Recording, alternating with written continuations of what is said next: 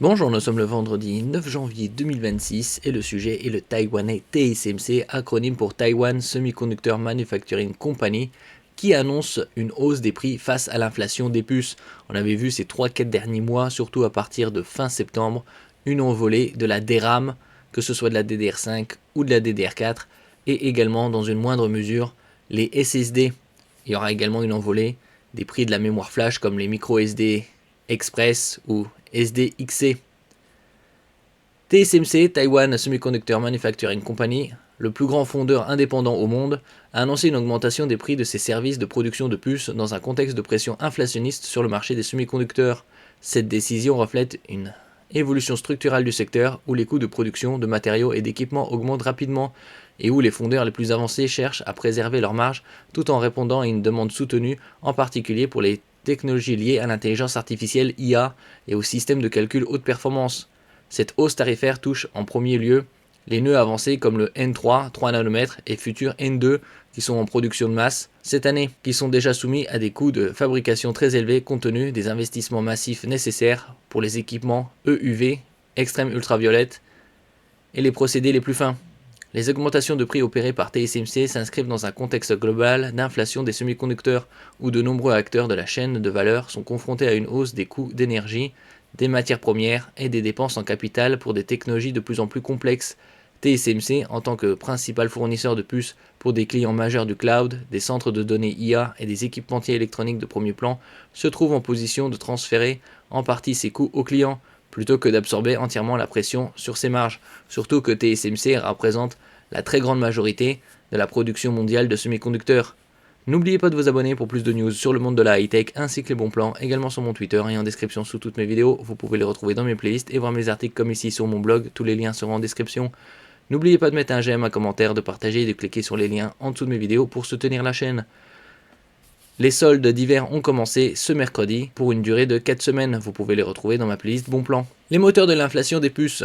Plusieurs facteurs contribuent à l'inflation des prix des circuits intégrés. D'une part, les fournisseurs d'équipements de lithographie avancée comme ASML, qui est le plus grand fournisseur de machines qui permet la gravure en très basse lithographie. Chacune de ces machines coûte plus de 300 millions d'euros. Comme ASML avec ses machines EUV, extrême ultraviolette, et en perspective les systèmes HEIT-NA, voient leur coût augmenter en raison de complexité technologique et d'investissement en R&D, recherche et développement.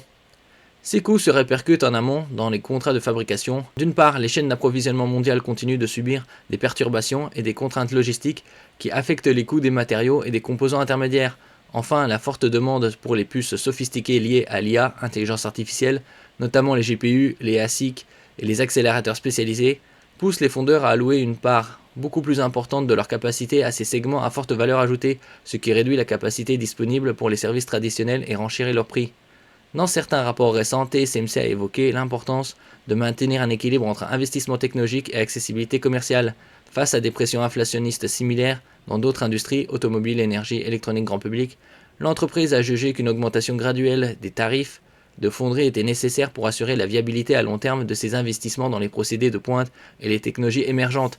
C'est le moment aussi de profiter pour faire plus de marge et donc d'investir dans les prochaines technologies 2 nanomètres de deuxième génération, 1,8, 1,6 et bien évidemment le nanomètre symbolique. Impact pour les clients et marchés.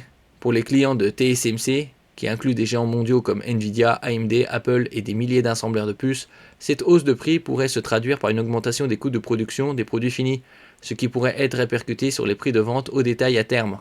Les segments sensibles comme les GPU haut de gamme, comme par exemple les RTX 5000, surtout les 5090, qui actuellement on peut les trouver à minimum 3000 euros alors que leur prix annoncé était de 2350. Les CPU pour serveurs et les systèmes de traitement IA sont particulièrement susceptibles d'être affectés car ils utilisent intensivement les nœuds avancés dont les coûts augmentent proportionnellement plus. Et en ce qui concerne les RTX, il y aura également, comme on avait vu il y a quelques semaines, une diminution de leur production, surtout les moyennes gammes, les 5060 Ti, 5070 Ti, qui sont équipés de 16 Go de VRAM GDDR7.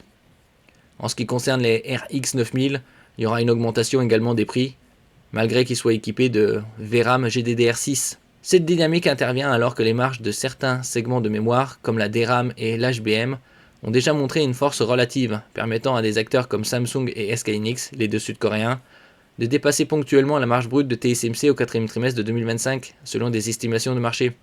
Cette situation reflète une redistribution temporaire des profits dans l'écosystème des semi-conducteurs, où les fondeurs de logique avancée doivent gérer la pression des coûts tout en restant compétitifs face à des fabricants de mémoire qui bénéficient d'une demande soutenue.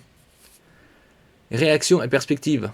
Les réactions des clients de TSMC vont probablement varier en fonction de leur capacité à intégrer des coûts supplémentaires dans leur propre modèle économique. Bien évidemment, il y aura une hausse de coûts pour le client.